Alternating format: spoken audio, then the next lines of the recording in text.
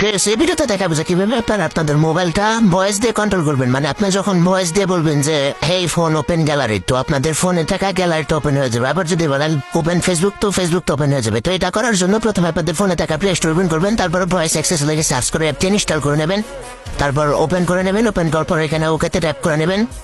ওকেতে ট্যাপ করার পর এখানে আপনারা দেখতে পারবেন যে ভয়েস অ্যাক্সেস লেখা আছে, ওইটা ট্যাপ করবেন। ট্যাপ করার পর এখানে ভয়েস অ্যাক্সেসে ট্যাপ করে নেবেন, তারপর পারমিশনটা অ্যালাউ করে নেবেন।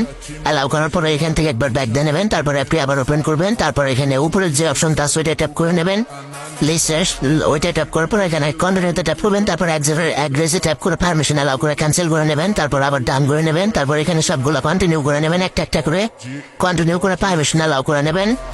তো এখানে ফিনিশে ট্যাপ করলে দেখতে পারবেন যে এটা কমপ্লিট হয়ে গেছে। এখন আপনি যদি বলেন hey phone open gallery, gallery open হয়ে যাবে, যেটা বলবেন ওটাই হবে। আর যাদের আইডি হ্যাক হয়েছে রিকভার করাতে চান তারা হোয়াটসঅ্যাপে মেসেজ করতে পারেন, টিকটক নাম্বার দিয়ে আছে।